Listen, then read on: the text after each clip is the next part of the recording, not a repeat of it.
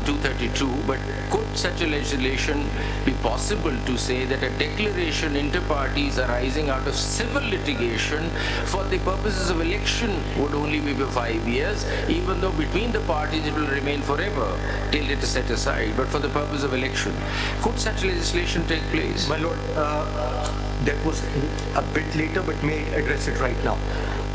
My Lord, when your Lordship looks at 62(1)(f), the constitution makers under the 18th Amendment do not say that this is a declaration of a civil court. They say no declaration to the contrary by a court of law. A criminal court is as much a court of law as a civil court.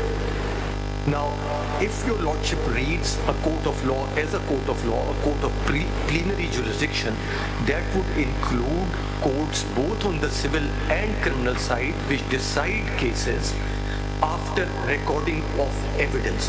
And in that, if your Lordship does that, then 63 and 62 will have to be read together.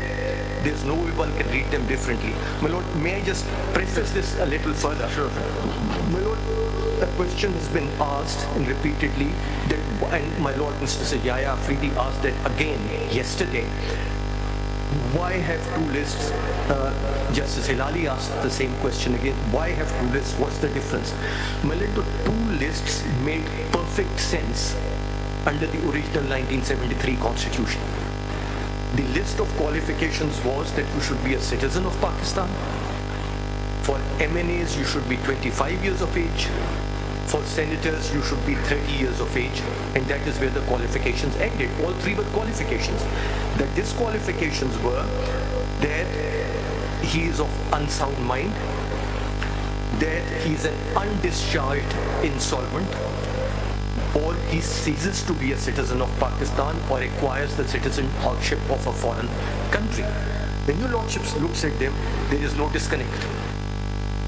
The qualifications are separate, the disqualifications are separate. Sorry, there is a disconnect. They deal with two different subjects. One where a qualification is acquired, one where a qualification is lost in a way, or a disqualification occurs because the person loses sanity, or the person loses citizenship, or a person becomes an undischarged insolvent. The moment the court declares that person as insolvent, then the disqualification is removed. The moment there is a declaration that the person is of sane mind, the disqualification is again removed. The moment the person acquires the citizenship of Pakistan or sheds his foreign citizenship, the disqualification is again removed. The एक question पहले भी पूछा है पर उसमें clarity नहीं आ रही. इस 62 Article 62 applies pre-election, post-election, or at any time? My Lord, the way I look at it, election 63 applies at any time. Yes. 62 applies only at the time of election, because he shall not be qualified to be elected or chosen as a member of Majlis Shura. At the time of filing nomination. Yes, my Lord. And a person files his nomination and his opposer submits some document before the returning officer that something, a decree has been passed against him, so he is not eligible to contest the election. My Lord, yes. Is it your meaning? My Lord, my submission. By declaration of law, because opposer can file the application, his nomination form should not be accepted because he is not eligible to contest the election. My Lord, yes. So what is the main interpretation of Article 62, whether it applies at every time, it applies before the election, or any time after election? My Lord, when your Lordship looks at 62 and 63 and reads them together, because that's where I was coming to, after 1985. What is the difference between the opening language? My Lord, the opening person shall not be qualified to be elected, and if you look to 63, a person shall be disqualified from being elected. So there must be some distinction between the framers of the Constitution. My Lord, may I? If I may interject, Mr. Mahdum Ali Khan, and it may help you to respond to my Lord as well. Somehow, as I see it, we've got bogged down in restricting ourselves to reading just a particular provision of the Constitution. And we seem to have forgotten the Constitution as a whole. What is the Constitution all about? What does it do? What are the fundamental rights? Article 17, more importantly. And we are going to a particular provision of the Constitution and just reading those and disregarding everything else. We're disregarding the history of Pakistan. We're disregarding the constitutional history of Pakistan in particular. We're disregarding the fact why these amendments were brought into the Constitution. We're disregarding the fact that original Constitution has a greater sanctity than amendments brought there too, unless there are such amendments which enable to serve the people better. For instance, Article 19A, Article 10A. Now, nobody can say that these insertions have taken away something from the people of Pakistan. Rather, they have given something to the people of Pakistan, including Article 25A, compulsory education up to the age of 16. And these are on the contrary, an insertion into the Constitution, and they have not been one insertion. They start with General Ayub Khan, and successively more and more encroachment into who I will determine will be fit to govern Pakistan. First of all, the initial question will arise, who am I to determine this? Why can't the people of Pakistan themselves determine? Oh, so what? Disregard how it came into the Constitution. Now you're stuck with the language of the Constitution. At least I am not persuaded to adopt that approach. I cannot forget the history of Pakistan. And unless you can say they are very beneficial things, we had given public notice in prominent newspapers. Not a single political party has come before us which has said, leave alone those who are not even in Parliament, say that this is a good interpretation of the Constitution. So we come into, there is another aspect which I consider. There are things which are specifically mentioned. If, for instance, for theft, you mention a particular sentence, and if you say for a traffic offense or for some other offense, there may be a punishment. But for instance, the legislature forgets to mention for what duration. You can't possibly say, oh, I'll impose the punishment for murder here. There must be some logic, there must be some reasoning. The reasoning is, you destroy Pakistan, that's fine. You can contest elections for 5 years. But if you make a single mistake in the nomination paper, you're disqualified for life. Now, we are just stuck with the wording of it. Have we lost all logic and sensibilities? I mean, why are we not? Nobody's addressing that. I keep requesting that to be addressed, but we're just bogged down by this 62(1)(f) and the whole of Pakistan, because a general decided to impose that, has now got us thinking. Leave aside the Constitution of Pakistan, we're just stuck with his language. So can we just what I really wanted from you as a constitutional expert was to expand our vision and not restrict it. And everybody's just working on those particular wordings. How does this mean? What does this mean? What does a court of law mean? Is it a court of plenary jurisdiction? Is it a constitutional court? Yes, those are necessary, important questions. But in context, in the order of priority, I would put it at number 10, probably, if there are 9 other more important ones. Sorry, I went on a bit too long, but can you focus on those aspects? Let me, my lord, that was, in a way, your lordship's observations connect and resonate with the question posed by my Lord Mr. Justice Sayyid Mansoor Ali Shah.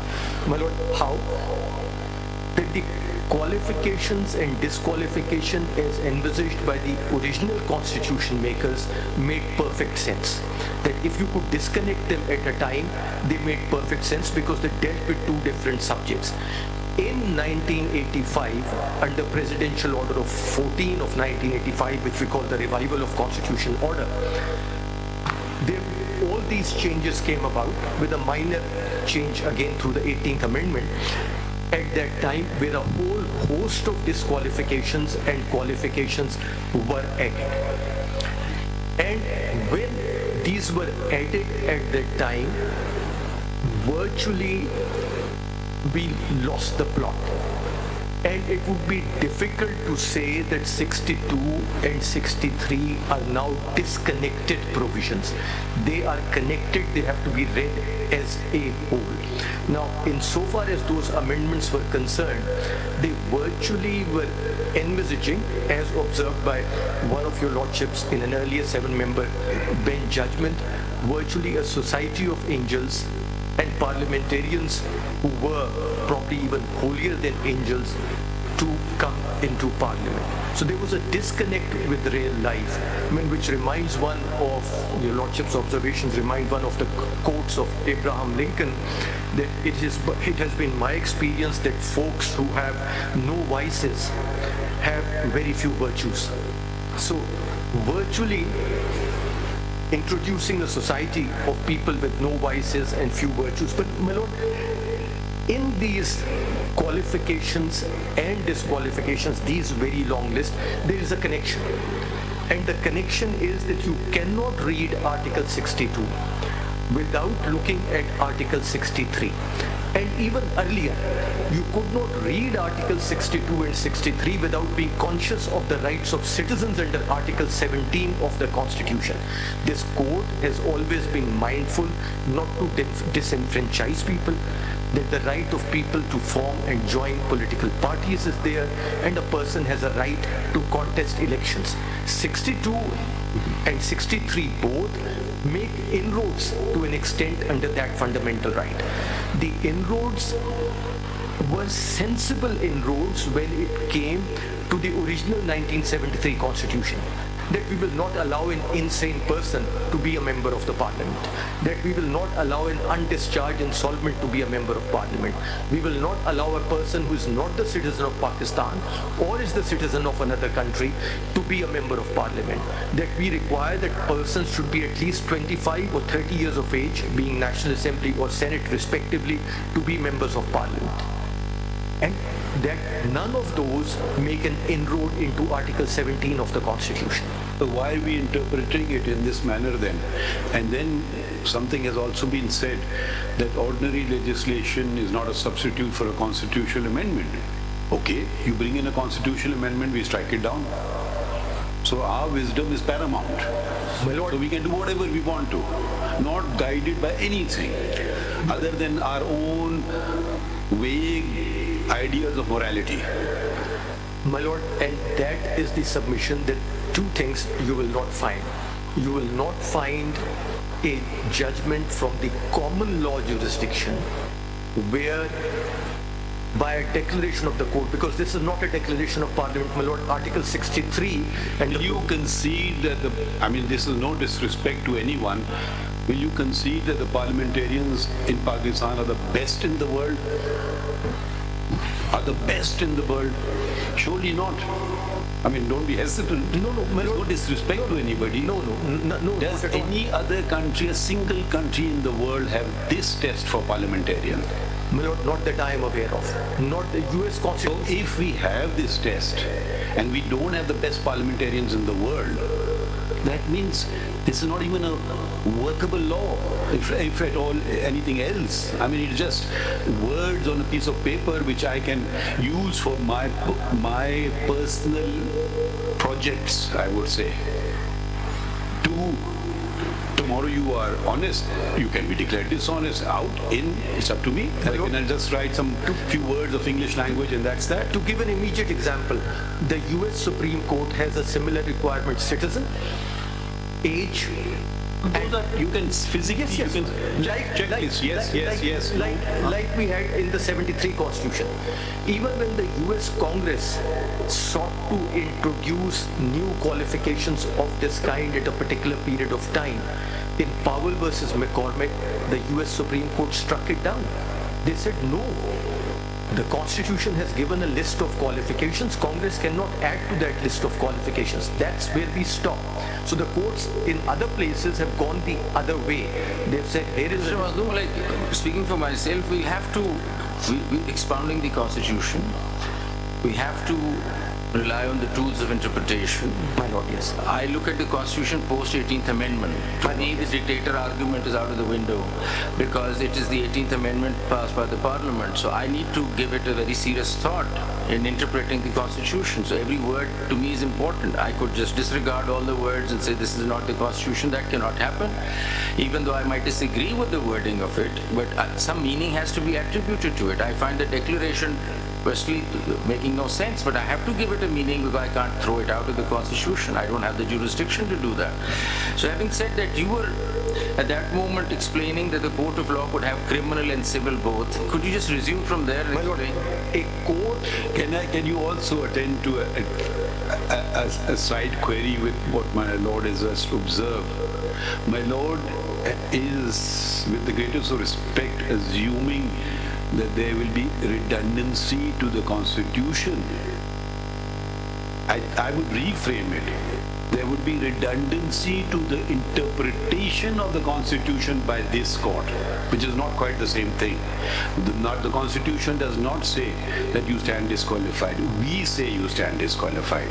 My lord, if the Constitution had simply said so, end of story, fine. That argument would be, but it is how we interpreted the Constitution has said so. I don't know if that's a valid point or not. May I as counsel mediate a safer course for myself by saying by saying No, please, we never mind anything being said here. No, my lord, because you see, we bounce ideas, we our thinking clarifies. Take the hard response. My lord, Be as critical as you want. my lord, the safer course which I suggest for myself is that when your lordship looks at the Constitution, whether your lordship looks at it, my lord, my lord the Chief Justice is looking at it, or my lord, your lordship Sayyid Mansoor Ali Shah Sahab is looking at it, there is no redundancy.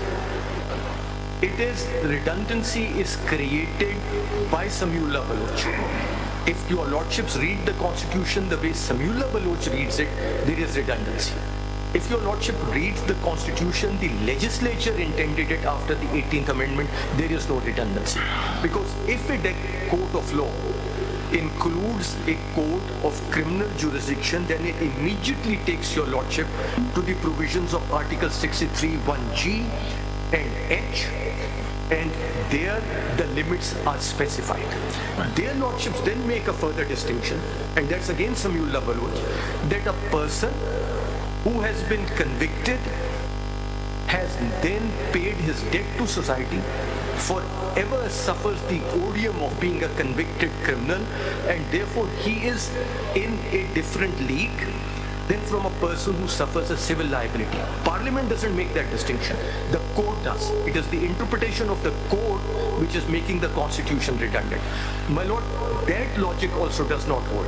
Why it does not hold? My lord, in criminal law, and my knowledge of criminal law is very, very peripheral, and your lordship will excuse me for that, but I make a distinction always between conviction and sentence. A person serves out a sentence. A person never serves out a conviction. The conviction remains on his record forever and ever. If he has served even till the rising of the court. Mahdoob Ali Khan, that's another matter which is pending adjudication in this court.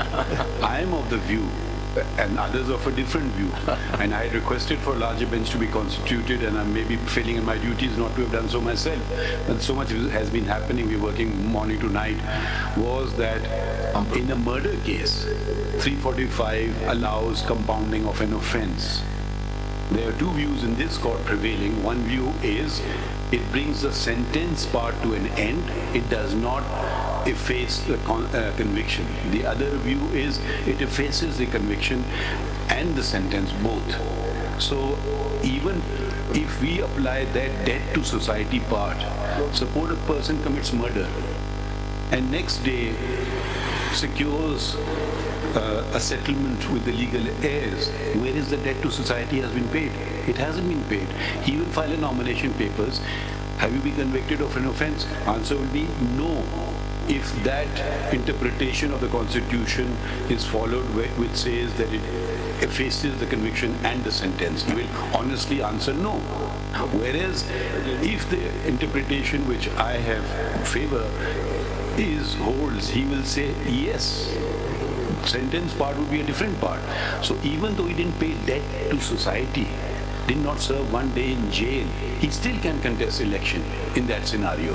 So this debt to society argument, I also find a bit fallacious. But look, that's the... I guess let's wait for a larger bench on that question, because that will take us yet to another argument altogether. I think you don't be a member of that. For the debt to society argument... It's already there by opinion written. Debt to society argument in the Samula Baloch case, when your lordship looks at 63... So, Mr. Makhdoom, I mean, taking up that argument that you said, court of law could be both.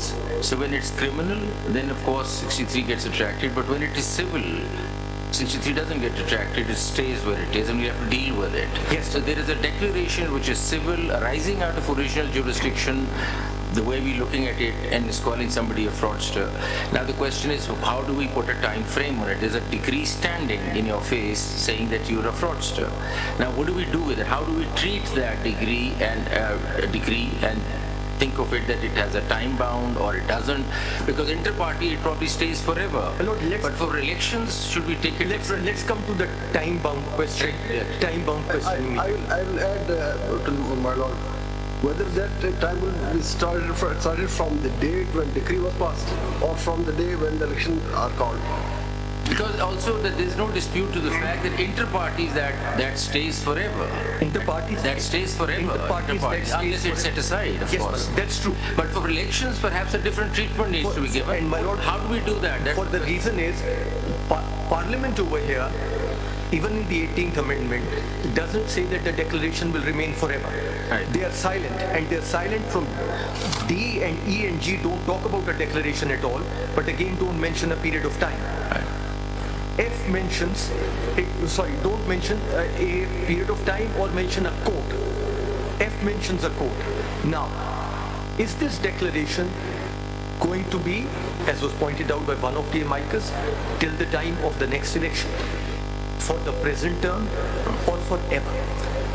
Generally, when your lordships have looked at questions where no time has been specified, your lordships have consistently taken the view that it has to be a reasonable time.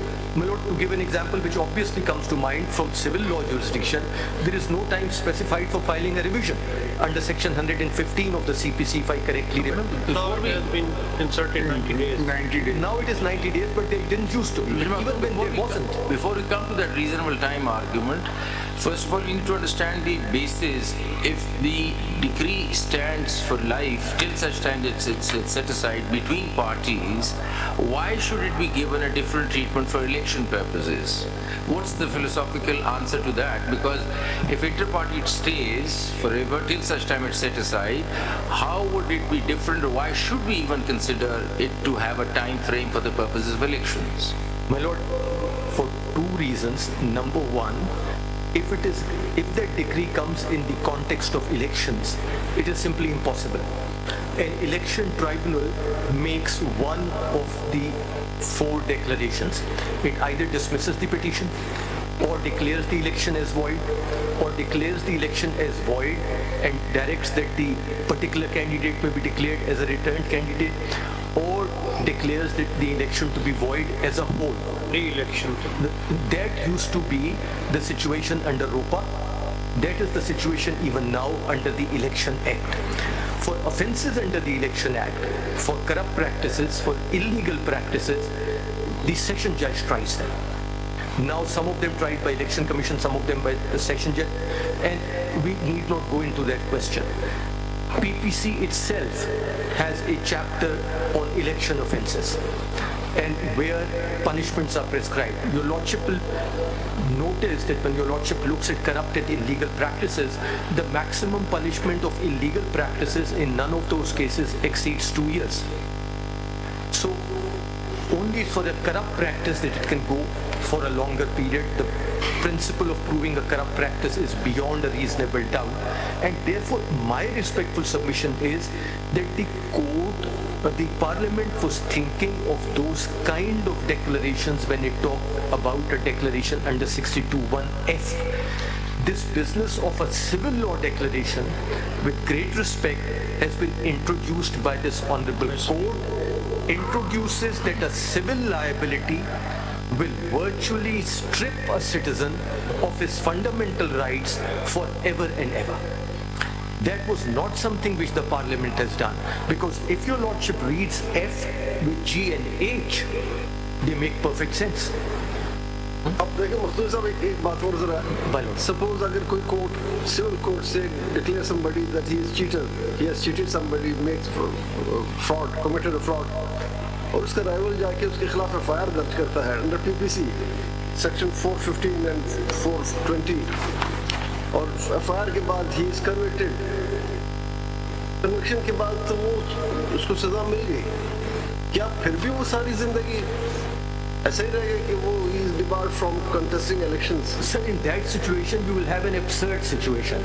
The absurd situation would be that on account of that civil liability, he will be forever disqualified. But insofar as the criminal liability is concerned, talking about civil declaration, किसी के खिलाफ declare कर दिए, जी sir, वो तो time नहीं देगा, civil court तो नहीं you are debarred from, वो सिंपली कहेगा you have committed fraud by changing the documents और जो भी है। दूसरी पार्टी कहती है कि चूंकि आपके खिलाफ एक डिक्लेरेशन आ गई कि आपने चीटिंग की, वो जाके एफआईआर दर्ज कर देती, एफआईआर की बुनियाद पर पीपीसी में जाके क्रिमिनल कोर्ट में चल रहे तो वहाँ पे सजा हो जाती है 2 साल 5 साल जितने भी। क्या सजा खत्म करने के बाद स्टिल उसके सारी जिंदगी डिस्क्वालिफिकेशन 5 साल? सर 63(1)(h) के तहत उसकी डिस्क्वालिफिकेशन खत्म हो जाएगी। लेकिन अगर वाली बात है कि इसको 63 के साथ पढ़ा जाए, अगर समीउल्लाह बलोच सही फैसला हुआ है, Samiullah Baloch has been correctly decided, then on account of that civil declaration against him, he will be disqualified for life. So in spite of the fact that under a criminal declaration he has paid his so-called debt to society, under the declaration made by civil law, debt to society argument कहीं constitution में है? नहीं है। ये तो देखिए वही बातें हैं, we're getting bogged down into things. When the constitution itself grants parliament the right to disqualify for periods of time, the only argument left is that since this matter falls in 62(1)(f), therefore Parliament can't do it. Where's the logic of this? I don't understand the logic of it. At the end of the day, बाकी नैब law में उन्होंने 10 साल कर दिया है, दूसरे law में ये कर दिया, फला कर दिया है, क्योंकि 62(1)(f) में नहीं है तो हम और ज्यादा कर देते हैं। मुझे I don't understand. I mean, everything must be logical. I mean, we are not philosophers determining points or fine points. What is the logic? How will you persuade? After all, this document is not for lawyers. This document is for the people of Pakistan. Please explain to the people of Pakistan why a NAB convict will get 10 years disqualification, another will get this type of disqualification.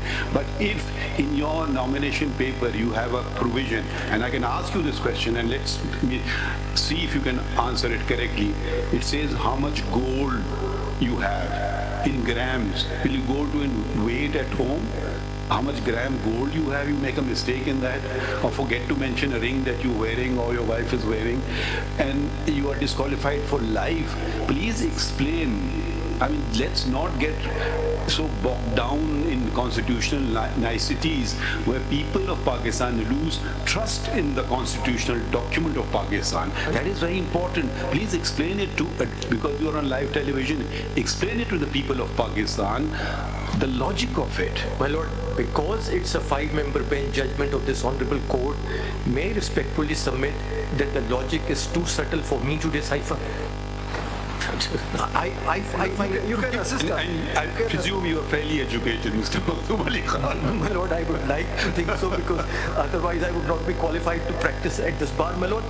So talking about logic, which the Honorable Chief Justice, and taking that further, if a convicted person, a conviction, as you said, stays, if a convicted person can come back and contest election, so it appears that the Constitution is treating election as a totally different ball game. Yes. And looking at convictions and decree.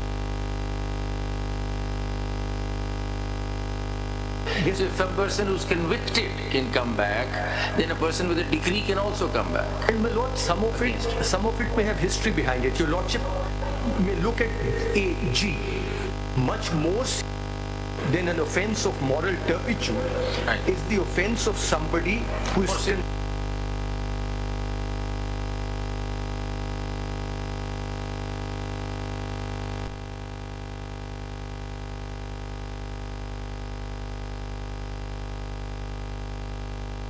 historical basis. If you go back in the history of the world, not just Pakistan, it has a historical basis. My lord, the Americans fought a civil war. Two states, there was a confederacy and there was union. Mr. Jefferson Davis was the president of the confederacy. Mr. Jefferson Davis, the prosecution against him collapsed. His vice president, 2 years later after the Civil War, was elected to the US Senate. Why? The idea was to bring the union together, not to keep the people permanently disqualified from participating in the democratic processes, because it is participation in the democratic processes which holds. Who was the vice president? My lord? Who was the vice president? My lord, I have the name, I keep forgetting it. Gigi. Sorry. American history.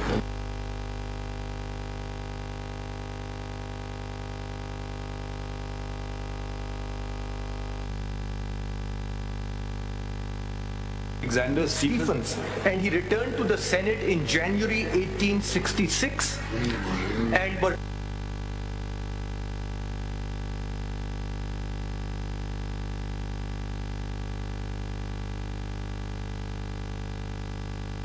to General Sherman, saying that, you know, as president, I would be bound to oppose Jefferson Davis getting away. But if unbeknownst to me, Jefferson Davis were to escape, I would not hold it against you. So he was basically saying, now that the Union has won the war, the country has come together, look the other way, let healing take place, let reconstruction take place. He's saying the Constitution talks about strengthening democracy through the process of elections. Yes. And it is saying that even convicted persons who serve their terms will come back and participate, because participation in election is perhaps a larger principle at work. People need to come back into elections because that then strengthens democracy. Yes, my lord. And let the people to decide who is righteous, who is Amin, who And is Makhdoom sir, I just wanted My to lord, my ladyship. whether this part of the article is towards the whole society, the court be giving a decree against the whole society, like he is dishonest towards the whole society, or what? Like if I have a problem with someone and the court passed a decree against me in that particular case, but towards the whole society, I'm a very pious person, rightful. What would be the effect of that decree? Your ladyship. Why should that constituency, the people of that constituency, lose a rightful person? But in a particular matter, he was declared as a dishonest person. I bow to that observation. That is absolutely correct. That, and to taking from that, your ladyship's observation to what my Lord Mr. Justice Mandukhil identified, that is really the issue over here, that you have created both a debt to society concept and you have created a civil code. My lord, the court talks about af or toba or forgiveness. Now, how will the forgiveness come?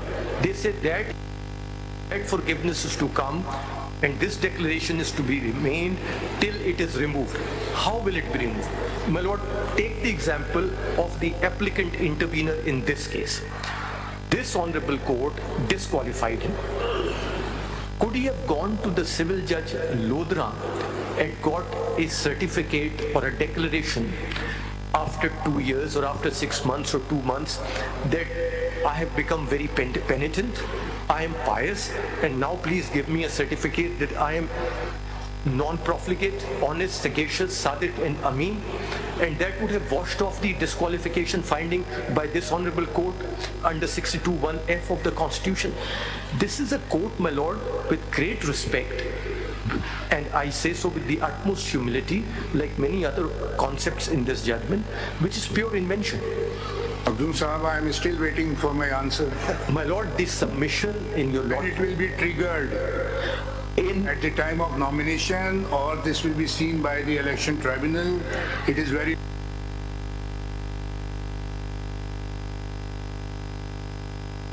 Separately read in isolation, it is triggered at the time when the person files his nomination papers, at the time when the process of election commences with the issuance of the election schedule. If your lordship are to read the two articles together, then the words, my lord, qualified, elected or chosen are also there in 63. Then even if he passes that initial barrier and contests that election, but it is discovered that he suffers from a lack of those qualifications, then under 63 that will survive. So if your lordship is... Who will see that? Election tribunal. Election tribunal, my lord, because your lordships have held repeatedly that an election as provided in the Constitution cannot be called in question in any other manner except through an election tribunal to which an appeal lies, from which an appeal lies to this honorable. Before the tribunal, the person who is contesting the candidature of that particular elected person, he has to produce that declaration that please see that it was not placed earlier before the returning officer. Yes, my so lord. he is not competent. Yes, my lord. You mean to say? My lord, 63 does not talk of a declaration, so he will have to say that this person, now because of the language of 63, he was somebody who was disqualified from being elected, and therefore the 62(1)(f) declaration which I am now producing, you have to look at and disqualify. Now your lordships have said in Javed Hashmi's case that from the date the election schedule is issued till the time that a candidate is declared return, that is the process of election. And your lordships have created a very narrow window in Ghulam Mustafa Jatoi, where your lordships have held that where a candidate who has been disfranchised and his grievance cannot be rectified either during the process of election or post-election can come in a writ petition, where there has been a blatant illegality and disenfranchisement, so virtually referring to Article 17. Out of that narrow window, the bar of Article 225 is reasserted again and reiterated by a bench headed by Honorable Mr. Chief Justice Nasrul Mulk remains. So this declaration will not come from any court of civil jurisdiction, because a court of civil jurisdiction will say that in the context of elections, I do not have the jurisdiction to make this declaration. One more question. At the time of filing nomination, the person who is opposing the candidature placed something on record, and then the RO decides you are not eligible to contest the election. Is it the declaration? It is not, because RO is not a court of law. Only civil justice. That definitely is not in this honorable court. And then what would be the position? He will place on record something that earlier this declaration has been passed against this man, so the RO can reject the form. My lord, that has to be a declaration by a court of law under 621F. And if there is, and that declaration is there now under 621F, he can make that. My submission is that this is a situation which is more a product of legal imagination than legal reality, because such a court does not exist. High Court can grant declaration. My Lord, High Court under Article 199A2 can issue, in my respectful submission, both writs of declaration and writs of certiorari. That language is wide enough to cover both. But the High Court will suffer from the same limitations insofar as election is concerned as any other court in the country, because Article 225 will come into play. Your Lordships have in other cases held that the threshold is even higher, both in terms of locus standi and adequate alternative remedy, when an appeal lies to this court, because we will get an opportunity to correct the error if it was there. That is why, where the High Court interferes under Article 212, your Lordships have invariably held this cannot be done, because even if the tribunal is acting without jurisdiction, the matter will come to us under 212 and we will satisfy it. So why should you look at it in 199 or 184.3? It will be back to us under 212. So Mr. Madhu, the question then really is, I mean, once we've cleared this, that the declaration has to be from the civil original jurisdiction, arising out of civil jurisdiction, that's been sorted. The only question is the treatment to be given to the time frame of this civil declaration. Now, the bit of an unease is to the fact that you're reading into the Constitution, or you could interpret it by saying that we can pick up the period from 63 and import it into 62(1)(f), that's one. But what do you say that in the meanwhile, while this was going on, legislation has come about and the legislature has stepped in before the courts could step in, and the legislature has come up with a certain time frame. The question is, does that legislation, I mean, would it not have been better had the legislation been that any declaration arising out of civil jurisdiction for the purposes of 62(1)(f) would be 5 years, would have been a better language, but they went ahead and said that the disqualification period in 62(1)(f) is 5 years. So is there a possibility of reading down 232 and bringing it in line with it and just leaving it to the legislation rather than us constructing a 5-year period, because the legislation has also stepped in already? Could it be read down and that fixes the problem? My Lord, may I begin with an aside and immediately come to it? My 30-second aside is that I do not subscribe to the doctrine of reading in at all. I think it's a very suspect doctrine. Sure. It has no basis in constitutional jurisprudence anywhere in the world. Correct. This Honorable Court has subscribed to it in more than one case, but my respectful submission is that the doctrine of reading in has been brought in other common law jurisdictions to save rather than strike down statutes. That cannot really apply to the Constitution. And that cannot apply. Because you're actually saving it for the Constitution. And my Lord, how do you use the doctrine of reading in? You say that we will read the Constitution in this manner to save this statute. Right. It has never been used either to give a different meaning to a provision of the Constitution to strike down a statute, or to limit the rights of a citizen. So that's why I'm saying, you see, would it not be an easier course, now the legislation has come in, is there a possibility of reading down the legislation and resolving this problem rather than just inventing a period for 62(1)? My Lord, may I suggest, with your Lordships, leave a third course. The third course is that your Lordship is hearing 185 petitions. In none of these petitions, a statute is directly... hearing appeals. 185 appeals. Right. In none of these appeals now, leave has been granted, the statute is directly under challenge. Right. The statute has come in later. There will be, if the statute survives, the legislature itself, the next legislature may repeal it. If the statute survives, there will be cases before your Lordship where a challenge is directly made to the statute, and your Lordship, after hearing a full argument on both sides, would be in a better position to read down the statute, or save it by reading in, or strike down the statute. Over here, if your Lordship as your Lordship is dealing, your Lordship has to squarely deal with whether the Samiullah Baloch case has been correctly decided. The question that's been framed for us is that not only Samiullah Baloch, but also the insertion of the section. In that context, we're looking at the whole problem. My Lord, if, as was pointed out by Mr. Faisal Siddiqui yesterday, if Samiullah Baloch is overruled, then there's nothing wrong with the statute.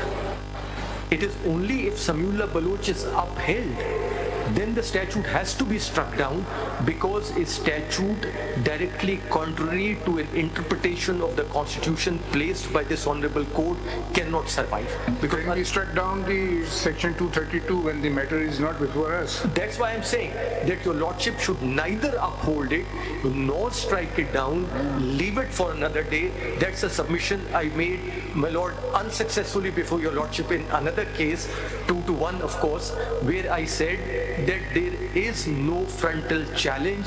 Wait for the controversy to ripen, wait for the issue to mature, wait for a full argument. Got the point. Just one question. My Lord. Do you subscribe to the doctrine of constitutional abeyance or absences as put forward by Mr. Faisal Siddiqui in quoting Michael Foley? My Lord, I agree with that doctrine that if there is a... Would you like to expand on it a bit? My Lord, what I may suggest is that if your Lordship may look at what the legislature has done, even now, though your Lordship is not called upon... So your argument is that we forget about the legislation and we just homing in on Samiullah Baloch alone. So having said that, what's your argument to the effect that how do you put a time frame to 62(1)(f) if we are not looking at legislation? My Lord, I would say that this lifelong ban has been brought in by the court. Even if this were to mean... I think the decision doesn't talk about life ban. My Lord, my Lord, your Lordship is right. It says it's not lifelong. It says it's not permanent. It depends on that particular declaration. My Lord, and declaration which has attained finality. So you see, that says that. No. You see, if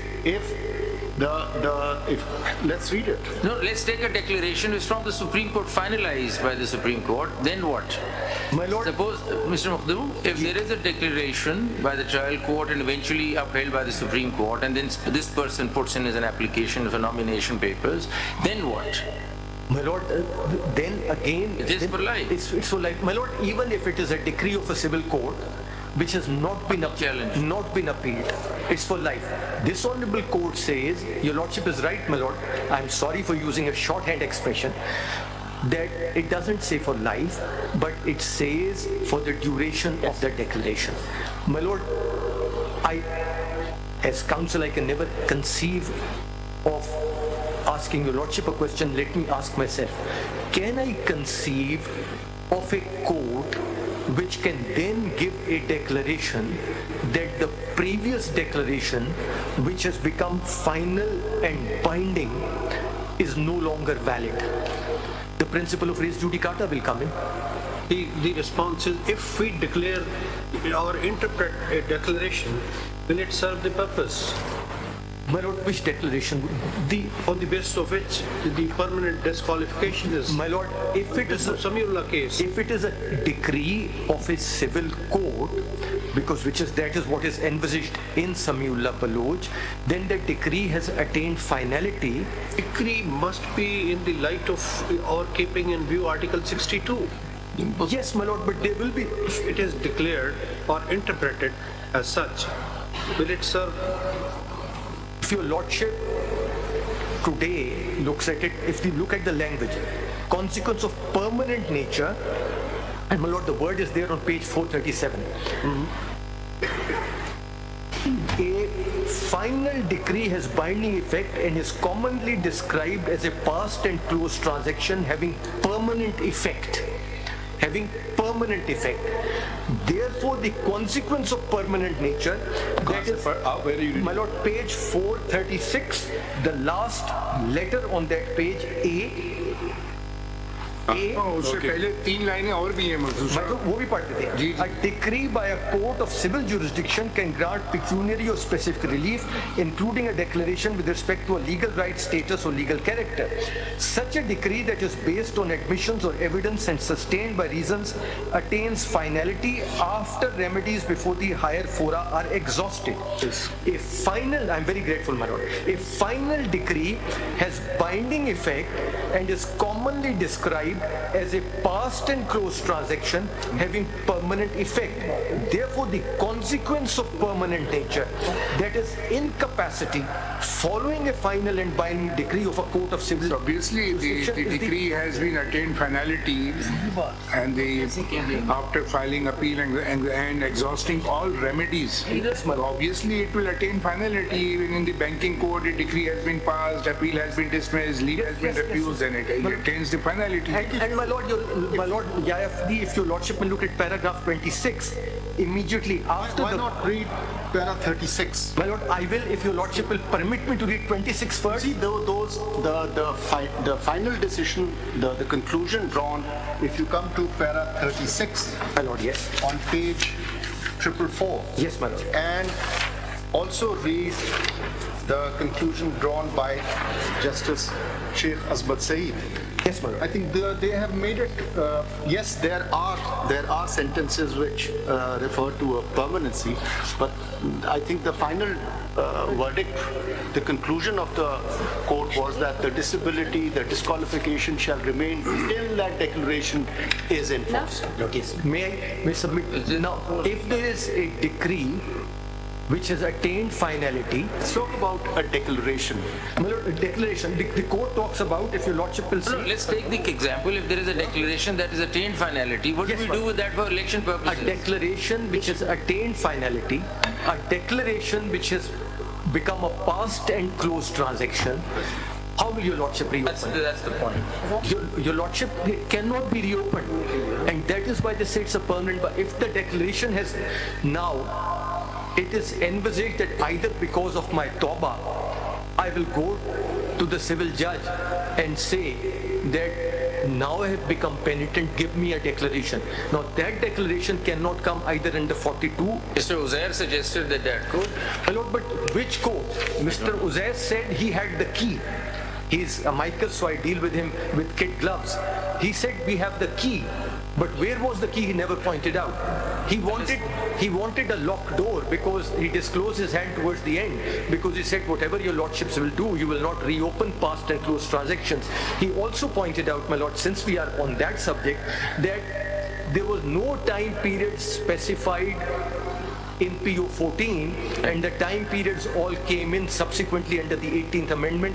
With great respect, my lord, incorrect. When your lordship looks at PLD 85 federal statutes, except for a few provisions, the time periods are all specified there. Right. All the time periods are there. So that was not a correct submission. With great respect, that's contrary to the statute. So, Mr. Mukhtar, keeping the Faisal Wada's case, whether that permanent feature has been gone or it is still in field? My lord, may I say that there was no declaration. There are times when a court, having made a declaration itself, which it did in Samullah's Baloch case, your lordships have time to think and reflect and moved away. The author judge himself, in the Rind case, in the Shamona case, and in Khaja Asif case, moved away from the declarations which were made in Samuullah Baloch case. So I would say that these three judgments, while they couldn't overrule Samuullah Baloch, they considerably diluted the effects so we of just Samuullah want your opinion on the fact, and what's your submission on the fact that there is a permanent decree or declaration. How do we deal with it for the purpose of election? How do we put the time frame or time limitation? My lord, I would say that a reasonable time. No, but then won't you say that this is now an academic question because Parliament has done your job? Yes, my lord, and I would say how if that law is challenged, like you said, we look at it. Yes, and my lord, the other thing is, If the statute was not there, if the statute... Then we have to think of... Then your lordship would have to provide a But period... if you were to say that if the statute is there, are we saying that the statute, the vires of statute is correct? No, my lord. We're not saying that. May I point out What are we saying? My lord, if your lordship overrules Samiullah Baloch and do not touch the statute, do not hold it intra vires or ultra vires, Leave it for another day. today the statute is in the... When you say overrule Samiullah, there has to be some sort of a time frame built in. My lord, may I point out? But that is the statute has provided it. In spite of the fact that your lordship has not... In spite of the fact that your lordship has not struck down the statute or upheld the statute will remain in the field. So therefore today when a person goes to file his nomination papers, the returning officer is... The returning officer is confused because Samiullah Baloch says lifelong, the statute says 5 years. Tomorrow if Samiullah Baloch is overruled, or today if Samiullah Baloch is overruled, the returning officer, if I go to the returning officer and I say that this person should be disqualified because he has been imprisoned for 1 year, the returning officer will say, sorry, no, the time limit is 5 years.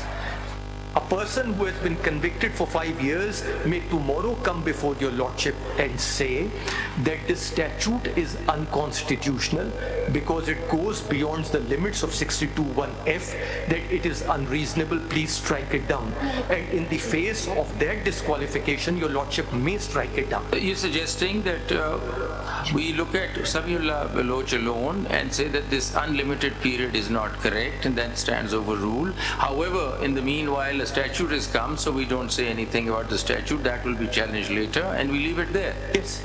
And then the returning officer... Can I ask a unconnected question now? If you have concluded this thought, your thought, have you concluded your thought? Yes, my lord. Your associate, Mr. Sikandar Bashir Mohammed, was a counsel in Samiullah Baloch. I don't see, maybe I've missed it.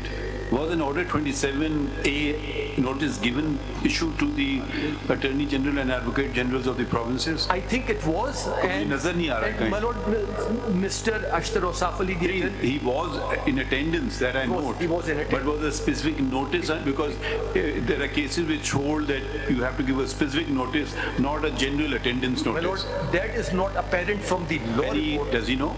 For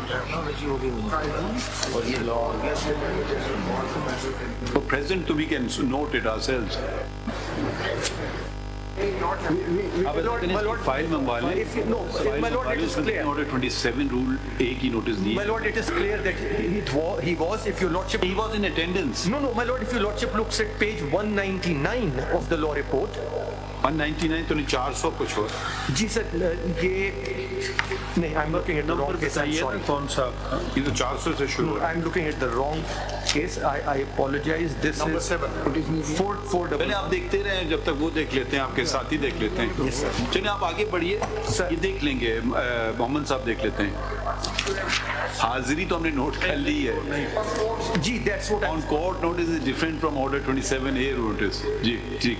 So उधर अगर आप देख लें it only says that he is there on court notice. How have you concluded? My lord, my submission is on the question of... Can you speed it up a bit? My lord, if your lordship gives me 5 minutes, I'll wrap. You can, but just... My lord, now, besides the other problems, when Samiullah Baloch was dealing with the declaration, Samiullah Baloch talked about the doctrine of Tawbah and Af and forgiveness, but doesn't deal with it, and says that till such time that the declaration remains in the faith. My lord, a declaration which is the result of a final determination will remain in the field till such time that it is undone by a court.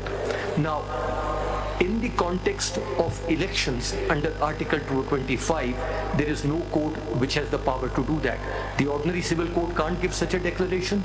The election tribunal can't give such a declaration.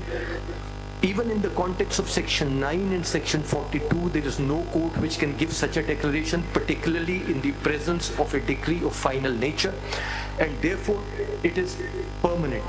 Now, They use the word permanent, and then they say there is, and my lord, look at the audacity of a civil judge who would then be prepared to give a declaration that this person has become penitent when the Supreme Court is saying that any other interpretation of the Constitution would virtually put the sanity of the person making such an interpretation in question. I can't conceive of a civil judge who would, in view of that kind of strong language used by this honorable court. Let sanity determinations be determined by medical practitioners. Yes, my lord. It's best. Yes, yes. We should not go there. I was pointing out that practically. But sorry, I think that's language is not appropriate. My lord, yes. And we are no one to determine people's sanity. Yes, there are mechanisms. We are not qualified. Another reason, my lord, another reason why your lordships won't take a look at 232 right now is, if 232 was a clearly unprecedented approach, clearly unconstitutional approach, then your lordships could have taken even notice yourself. But 232 is an approach which is justified by the practice of legislators the world over. What happens in the United States when a statute is struck down by the court? The states, legislatures, or the Congress at times passes another statute. And that way you can say invite, or you can say they compel the court to revisit their previous judgment and to say whether this is constitutional or not. After all, in United States, legal tender or paper currency was held to be unconstitutional.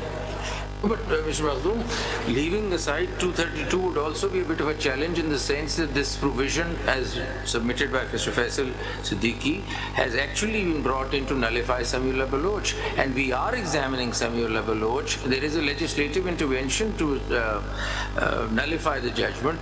We will not take any notice of that provision. My lord, may I point out, if your lordship overrules Samiullah Baloch, and that is what Mr. Faisal Siddiqui also submitted, if your lordship overrules Samiullah Baloch, then that conflict disappears. There is no longer a judgment of this honorable court which is in front. You want us to hold that we hereby overrule Samiullah Baloch and stop. Nothing more. Nothing more. Your lordship is not called upon to do anything. I'm asking you. Yes, my lord. Will that not be a bit odd? No, my lord, because the statute is not in a challenge in the appeals before your lordship. Let's say you've created a void now. No, the void is filled according to you by 232 till such time as we have to refer to the statute. My lord, tomorrow it is challenged. Tomorrow a person may come to your lordship and say that I was convicted and sentenced to a period of 5 years and my nomination papers have been rejected. This limitation imposed by the legislature on 5 years is contrary to 62(1)(f) of the Constitution, because the legislature has put in an interpretation of the Constitution which is unreasonable, and your lordships need to strike it down, and your lordship will then look at 62(1)(f) and 232 and will have an opportunity to strike it down when a real petitioner with a real grievance brings a real controversy to this court. That issue is not before this court. All of Pakistan is happy with the law because no one has come forward? Yes, my lord. And therefore, can that be implied because we gave public notice and sufficient time as well? Yes, my lord. And we were actually expecting a challenge to be thrown. My lord, somebody could have come in in response to public notice. Makhdoom Saab is before us, and others could have come in even in a 184(3) petition challenging 232.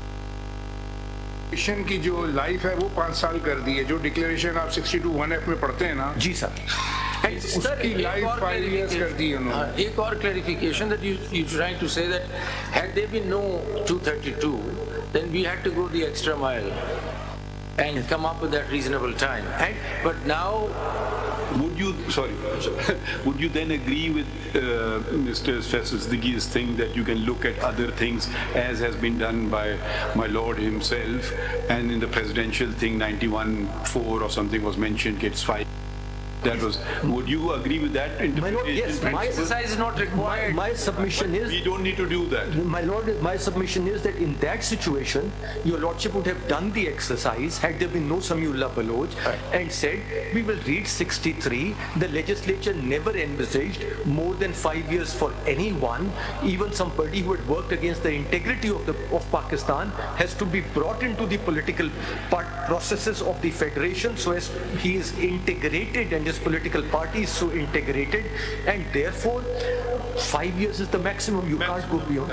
My lord, a recent judgment which has come out from Australia is very interesting. In Australia, in your book? My lord, it is not, because it's the result of yesterday. You have last night. Yes, my lord. What's the judgment? My lord, in Australia, now the world over, there's a problem of illegal immigrants. In Australia, the issue which arose was, and it's a long judgment, but I'll briefly explain what it was. The issue which arose was that here was a Rohingya Muslim from Myanmar who, given what was happening in Myanmar, has been able to get to Australia, and he was detained in the immigration's detention center. The law provided that the person will remain in the detention center till he is given a visa to be in Australia, or he is deported back to his country or to another country. Initially, he was allowed out of the detention center. And it's very serious from the point of view that he committed an offense against a child. And for that sexual offense, he was put back into the detention center. The commission then examined whether he should be released or not. And the answer was he should not be released. He filed a writ, which was, the administrative tribunal upheld that. He went to the federal court upheld that. Now the situation was this. He couldn't go to Myanmar. He was Rohingya Muslim. Myanmar wouldn't take him back. He had relatives in Bangladesh and Saudi Arabia, but there was no prospect of him being sent or those countries accepting him. The history of Australia suggested that whenever they had tried to send somebody who had been accused and convicted of such an offense to another country, no other country was prepared to accept him. So now the law did not provide any outer limit. The court said the moment it is clear that he cannot be sent to any other country, he has to be released, and the detention has to come to an end, and you can't keep him detained forever and ever. There has to be a reasonable time for such. What's the connection with this case? My lord, the connection is reasonable time.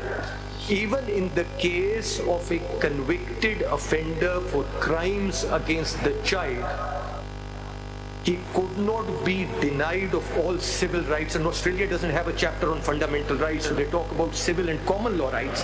He couldn't be denied civil and common law rights forever and retained forever. The other common factor is that there was an earlier decision known as your lordship goes through this judgment, your lordship will see, in the case of Katib. In the case of Katib, the Australian High Court had said that that person can continue forever. They revisited it and they said that declaration was contrary to the Constitution of Australia. But Mr. Madhu, your submission is that Samiullah Baloch is to be overruled on the ground that there should be a reasonable time rather than unlimited time. And to carve out that reasonable time argument, your submissions are, in summary? My lord, my submission is that Samiullah Baloch should be overruled because it reads into 62(1)(f) a civil liability, a declaration of a civil nature, which for the life of the declaration disqualifies a person and thereby strips him of his fundamental right under Article 17 of the Constitution. My Lord, I have not used the word lifetime now advisedly. Mr. Makhloo. Sorry. My Lord, so that's the first submission. The court talks of the doctrine of Tawbah, but then and says this declaration will remain in the field till it is so removed, but does not identify a forum or a law under which this declaration could ever be undone. So neither it identifies a statute nor it identifies a forum under which would undo this declaration. Does not identify forum or mechanism or the law. A law under which such a declaration can be made and a forum which will make that declaration. They don't identify, because my respectful submission is neither such a law nor such a forum exists. That means that somebody is talking about a window that is through Tawbah for the purpose of election. Yes. Even otherwise, inter-parties, the declaration stays. Yes. But they're also realizing that for elections there could be a Tawbah system. Yes. But that system isn't really there. That system is not there, that law is not there. And the judgment talks about mechanism. It's not there, and my Lord, as my Lord the Chief Justice identified, this cannot be looked into without looking at Article 175 of the Constitution. When your Lordship examines Article 175, paragraphs 1 and 2, all courts, including this Honorable Court, has only such jurisdiction as is conferred upon it by any law or the Constitution. And that law is not identified, that constitutional provision is not identified. You mean to say that no special court has been constituted for 62(1)(f)? My Lord, even under 62(1)(f), if a special court is constituted, it has to be done under a law. There is none. So your Lordships and no civil court will have a jurisdiction which is not given to it by the Constitution or the law. So 9 of the CPC is procedural or substantive? My Lord, even if your Lordship looks at Section 9 CPC as substantive, a Section 9 CPC code will not, in the face of a decree which is described by, or declaration, I don't use the word decree, declaration which is described by this Honorable Court as permanent and past and closed transaction, applying the principles of res judicata, will not issue a declaration that this declaration no longer applies to this person. Is that it? Anything else? My Lord, that is it. And just one more question. Is there any material which sort of talks about the importance of elections in the sense that people convicted or people having decrees against it, there's this cooling off period and after which they can jump into the ring again? I mean, conceptual framework of this, any material, anything that elections require, that even if you were a convict after a cooling off period, you're still, I mean, democracy requires that you come back into the ring again. My Lord, history gives you that example, which I gave your Lordship 2 examples very recently, that history gives you that example. Besides history, I haven't come across, but I'll look for it. My Lord, my last submission was, and that's the formulation, that it was submitted yesterday by one of the amici, that your Lordships will make this judgment, he didn't say that in so many words, prospective, and it will apply only now to the current election disputes, but it will not do anything about people who had earlier been disqualified as a result of Samiullah Baloch or earlier case law. The submission over there would be that if your Lordship was to go down that road, your Lordships will be creating two classes of citizens in the country, those in whose case a declaration has been made earlier and they have been stripped of their fundamental rights, and those whose fundamental rights are threatened now. एक चीज मखदूम साहब इसी से related जो सवालात हो रहे हैं जी, जो समीउल्लाह के केस में आया है वो ये आया है कि जब तक वो डिक्लेरेशन कायम और दायम रहेगा, जब तक उसका डिस्क्वालिफिकेशन रहेगी। अब ये जो नया लॉ 232 में आया है, can we read it like this कि ये जो वो वाली बात थी वो उन्होंने परमानेंट नहीं कहा, उन्होंने कहा as long as the declaration will remain in field. हम ये कह सकते हैं कि इस लॉ के आने के बाद उस डिक्लेरेशन की मुद्दत उन्होंने 5 साल कर दी. सिर्फ elections. Yes, my lord, but your lordship To the may, extent of election. your lordship may, but my respectful submission remains. My respectful submission remains that I your see lordship. you are very hesitant to go that path. My lord, I spent several days unsuccessfully arguing in another case, so I'm in a way, I have got a mental block saying that a statute, my lord, your lordship's judgments are there. Your lordship will find every reason to uphold the validity of a statute. Even only when reasoning completely fails your lordship, would your lordship strike it down. When there are two interpretations possible, your lordship will give an interpretation. The burden of proving a statute unconstitutional is upon the person who comes to this honorable court and says this statute is unconstitutional. Now, in order to apply those, now even if your lordship is to uphold the statute, It was just a comment. No, my lord, Carry on with your. No, but one more question which arises from that is that there's a bit of an unease when we look at 232. Can, through sub-constitutional legislation, the constitutional provision be controlled? I just want your comment on that. my lord, my submission is to. Maybe we've just considered this very point in the Supreme Court Practice and Procedure Yes, Your Act, Lordship. which was a full court where the right of appeal was created by a Yes. statute, not by the Constitution. Is that an answer or not an answer? My lord, that's one answer, and your lordship gives another answer in that case as well, where your lordship That judgment is binding on us. and your lordship says that we will not deal with academic questions. Questions which do not arise, we will not decide in this case. Number of issues were raised. Your lordships in the penultimate paragraph, practice and procedure. Yeah, it was very interesting hearing. It was, Your lordship- we would have loved to, but No, like you my lord, said, save it for another day. Yes, my lord, and I would therefore say, my lord, Can you also just, if I know it may be imposed, give a little write-up today? my lord, a right Not too long, just precise Yes, what ma'am. you formulated, May I just- so we don't want to miss anything out. before leaving the rostrum, He has the right job. You are a mind reader. my lord, Have you done it already? that note is there. Your lordship may also take a look at this chart, and then I leave the rostrum.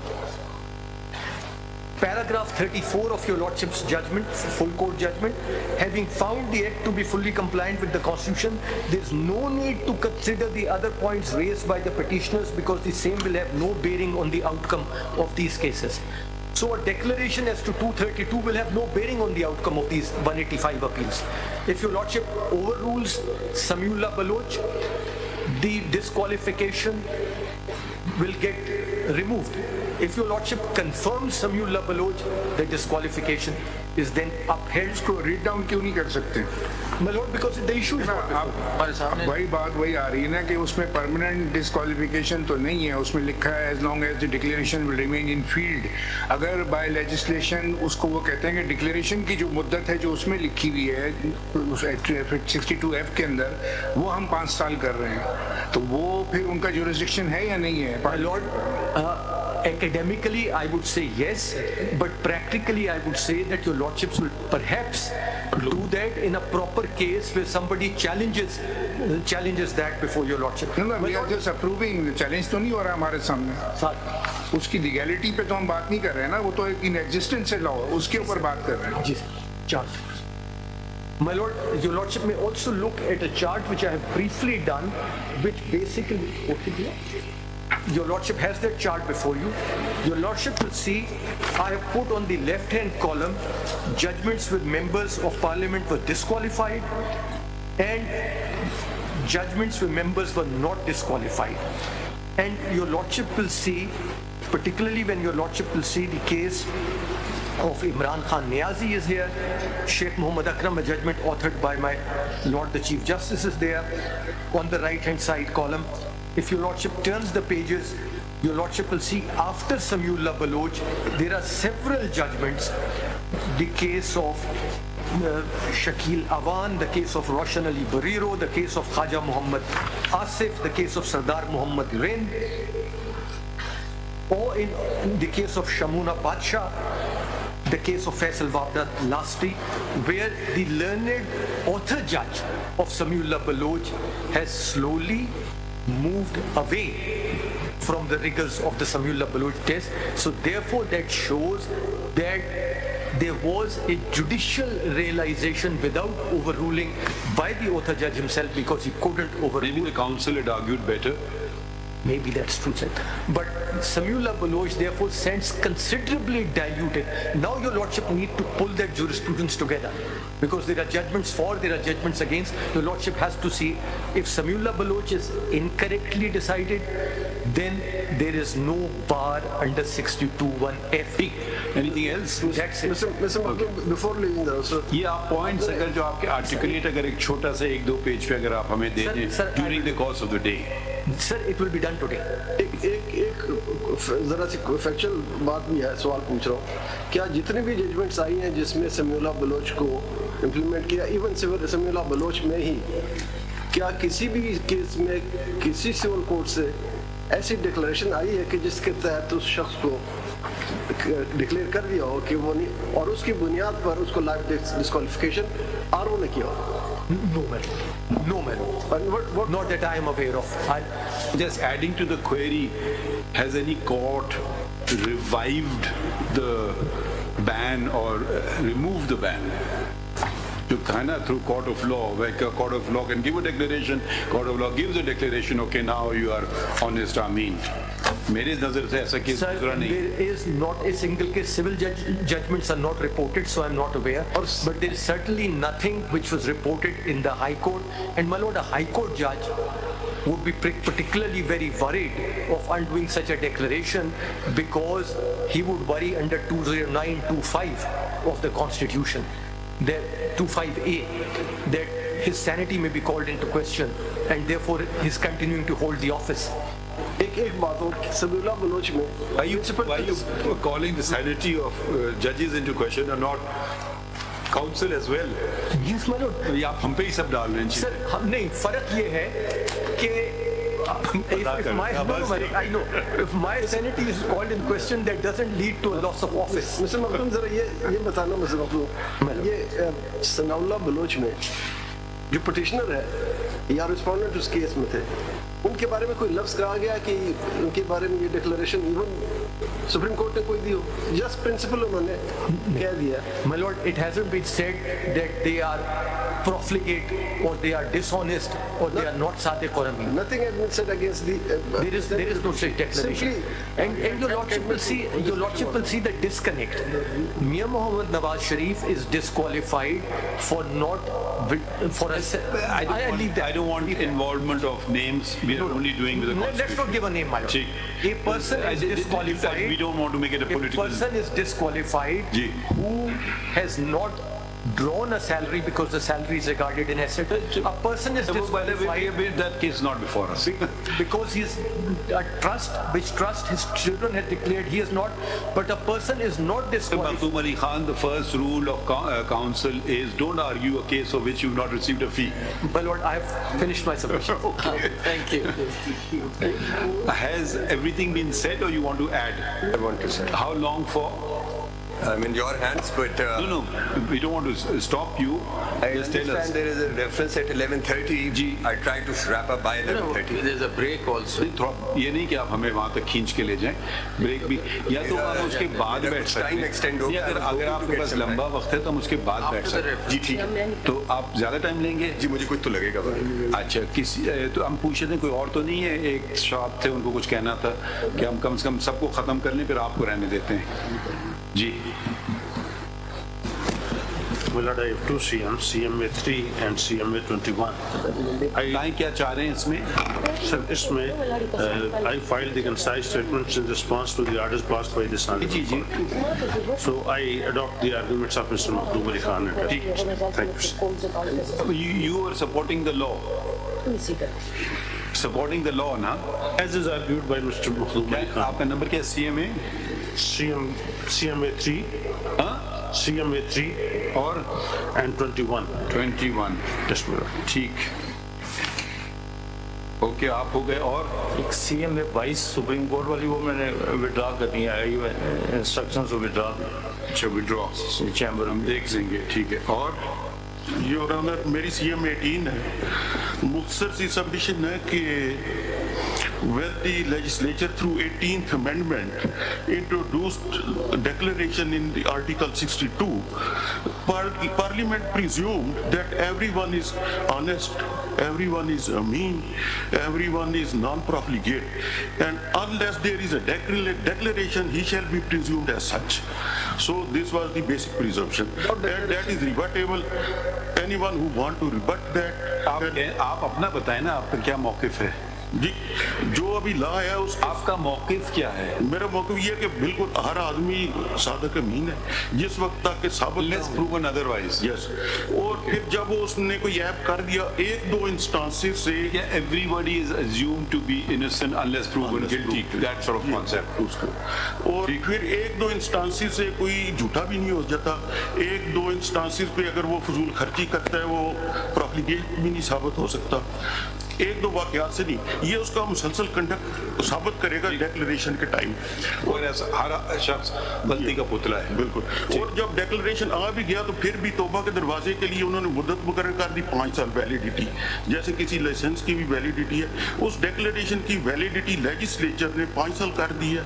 अब 5 साल के बाद अगर कोई आदमी फिर भी कहता है कि ये सादक अमीन नहीं है तो वो दोबारा जाके डिक्लेरेशन ले ले कि इसको 1 आ गया डिक्लेरेशन, इसने फिर भी अपने आप को तौबा के दरवाजे तक नहीं लेकर गया, अपने आप के अपना रास्ता मेंट नहीं किया, he is not married and he is still not Sadiq and अमीन, और he is still profligate, he is still dishonest, तो वो ले आए दोबारा, वरना 5 साल के बाद दोबारा प्रिज्यूम ये किया जाए कि ये इसने तौबा कर लिया। Thank you ji.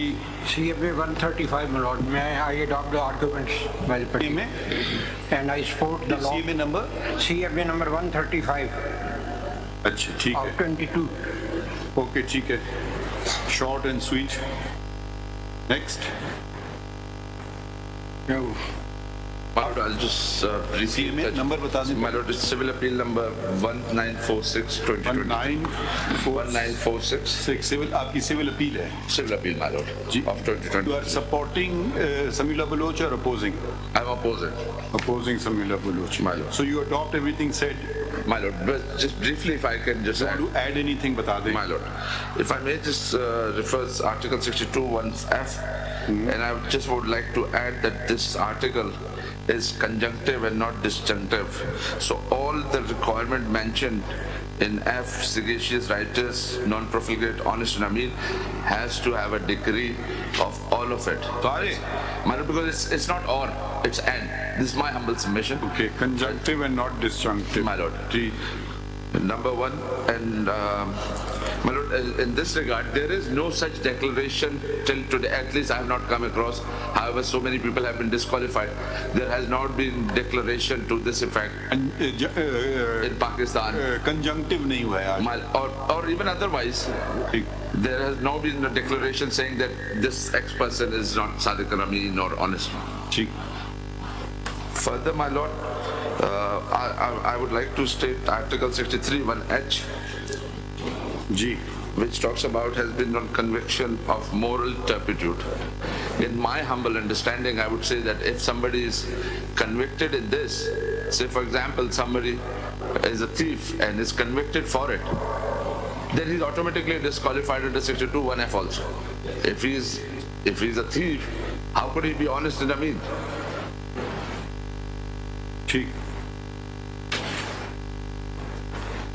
My lord, and further, I would like to say that Article 62(1)(f), the declaration to this effect cannot be given by constitutional courts, and it can only be given by the election tribunal. And because declaration has to be on finding of fact, after leading evidence cross. Because if it is held today that under Article 199... Evidence has to be led. My lord. And cross-examined right has to be provided. My lord. Because if you are declaring somebody not honest... Article 10A requirements. Article 10A requirement, exactly. Forum is tribunal. My lord. मतलब जो भी forum हो उसमें ये तकाजे पूरे करना चाहिए, evidence read हो, क्रॉस एग्जामिनेशन हो, right to lead evidence in rebuttal हो. My lord. ठीक. Now, my lord, quickly, if I just come to Samiullah Baloch judgment and take my lords to page 442, para 32.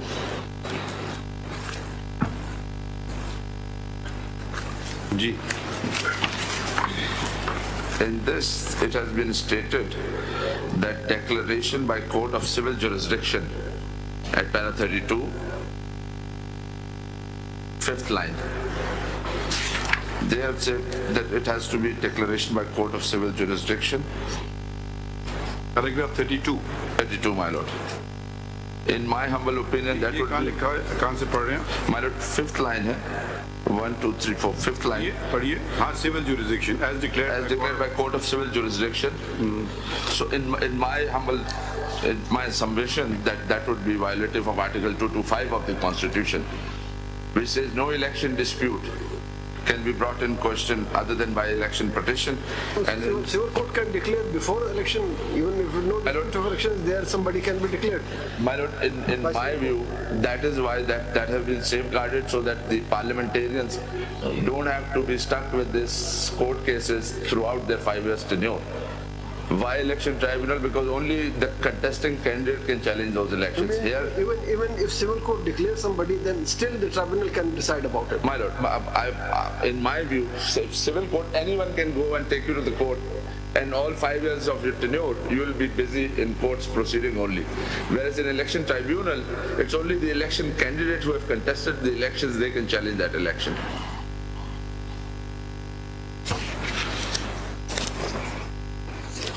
Isme, my lord, at page 443, if my lord would see para 34.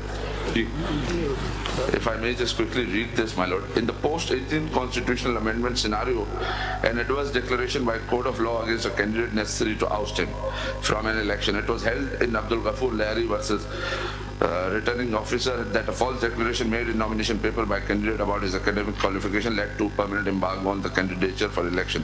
This is because Article 62 of the Constitution did not provide any period for which a person would stand debarred from contesting election, and therefore the appellant before the court could not become qualified merely by efflux of time. To the same effect is the judgment of Mohammad Khan Junejo versus Federation of Pakistan, appellant before you, my lord, wherein a deficiency in qualification under Article 62(1)(f) of the Constitution led to permanent disqualification. This outcome was followed in Aladino Bhayo's case, 2013 SCMR, in which the following observations were made in respect to duration of embargo. In this Aladino Bhayo case, relying on Mohammad Khan Junejo's case, who was appellant before my lord, it was said that this disqualification will haunt him forever. However, what happened after that in 2020?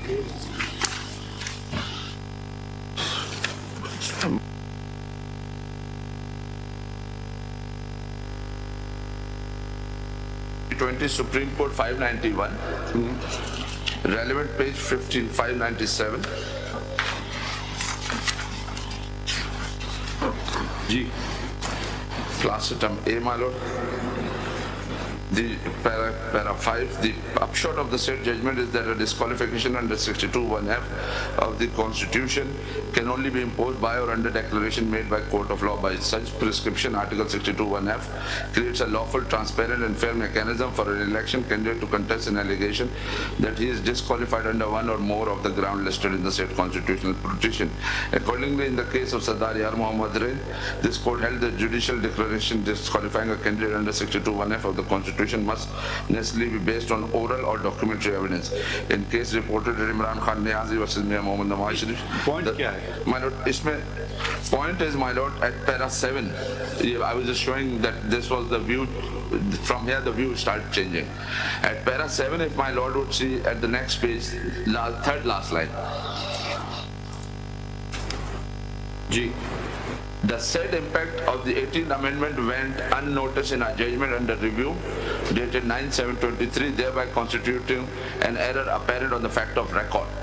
What I would like to say here is, my lord, in this case, they realized that this was an error apparent on record, and they reviewed their judgment of 2013 which was passed relying on our appellant's judgment, but appellant and rest everybody else was left there. In this case, this judgment was reviewed and that judgment was set aside.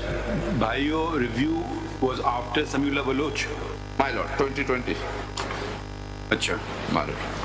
And Bhaiyo was passed relying on the judgment of Mohammed Khan Junejo's case.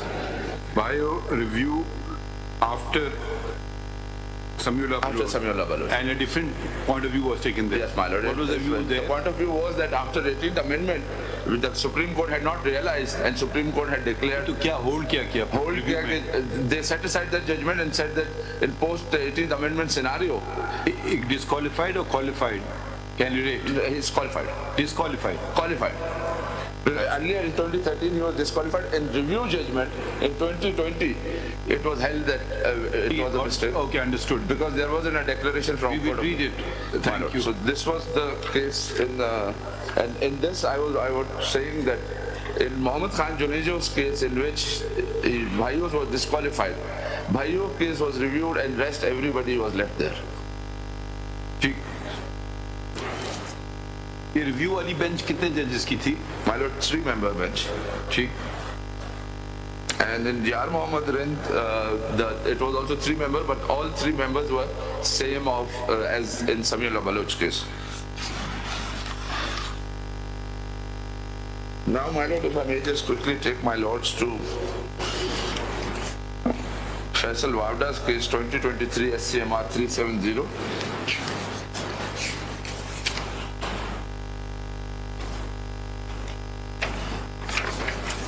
Paragraph 4, my lord.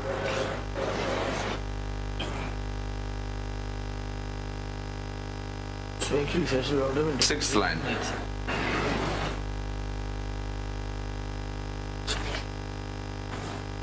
He admitted that he was disqualified from contesting the election under Article 63(1)(c) of the Constitution on the date when he had filed nomination papers for the election of NA 249 Karachi, and that his affidavit filed with the nomination paper thus contained an erroneous statement, which he regrets. In order to demonstrate his good faith and remorse for his mistake, he undertakes that he will resign from the office of member of the Senate to which he was elected.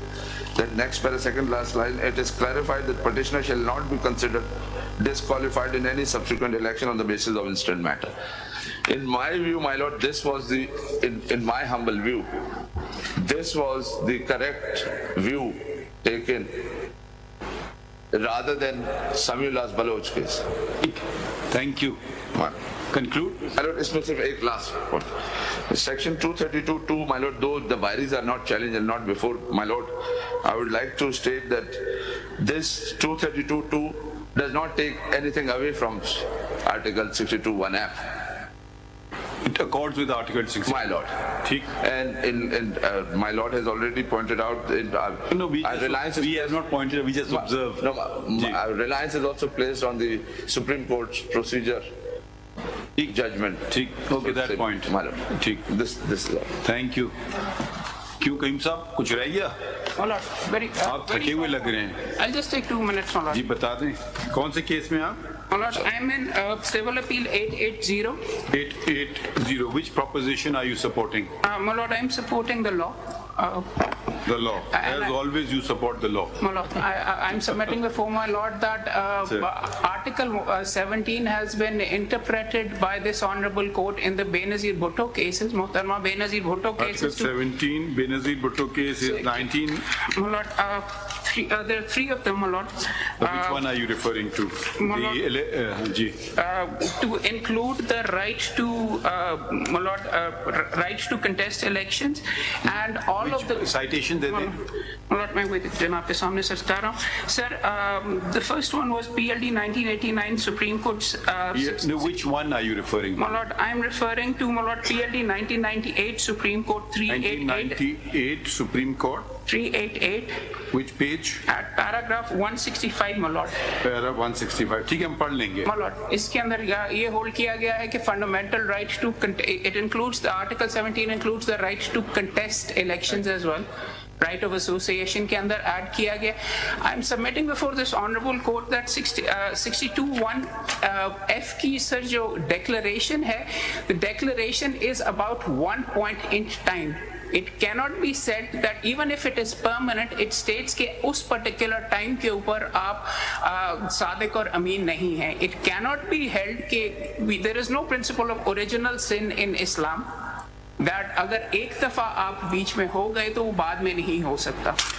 What I am submitting before this honorable court is that the entire tenor of the election laws, अगर Elections Act 2016 देखा जाए और अगर रोपा भी देखा जाए sir, उसका जो सेक्शन 67 है वो डिस्क्वालिफिकेशन के बारे में बिल्कुल बात नहीं करता. वो इलेक्शन को सेट असाइड करने के लिए सर बात करता है. Disqualification is used as a basis for setting aside the election once.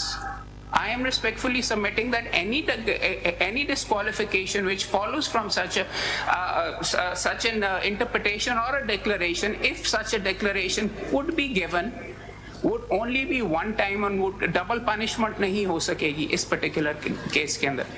And I am also submitting before this honorable court that in the Mubashir Hassan case, the NRO judgment, it was specifically stated that 62(1)(f) is not a self-executing provision.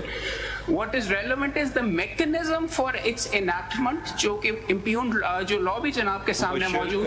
Hasan वाला case की citation. My Lord, Mubashir Hassan, it's at page 423, and my Lord, the citation is PLD 2010 Supreme Court 265, paragraph 115. Para 115. My Lord, and it was stated that this is not a self-executing provision.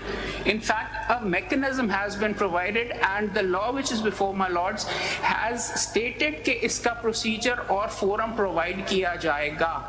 सिर्फ time को उन्होंने touch किया है, but they have not gone ahead and provided the provision. So my respectful submission would be that the forum which is under 62(1)(f) to give the declaration is yet to be provided. No redundancy is being attributed to the Constitution. However, the mechanism which is supposed to be provided is yet to be provided by the legislature. My Lord, on the issue of Tawbah and Afu Darguzar, I have actually done some homework in provisions of the Quran. I have actually mukhtalif surahs I have highlighted. I'm tendering the same before my Lord in my concise statement. Thank you, will be most useful. Thank you very much, sir. ये ले लें इनसे.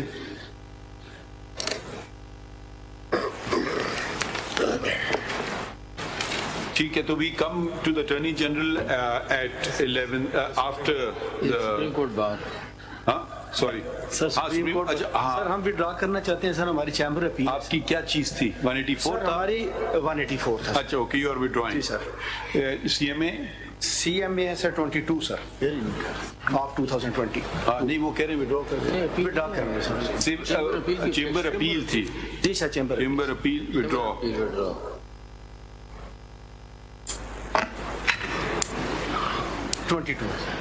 जी my lord, मैंने भी इसी issue पे कुछ research की थी. If my lords are interested, वो पेपर बुक्स में देना चाहता हूं. Of course we are interested. Please, your research we don't want to discard. We will certainly read it.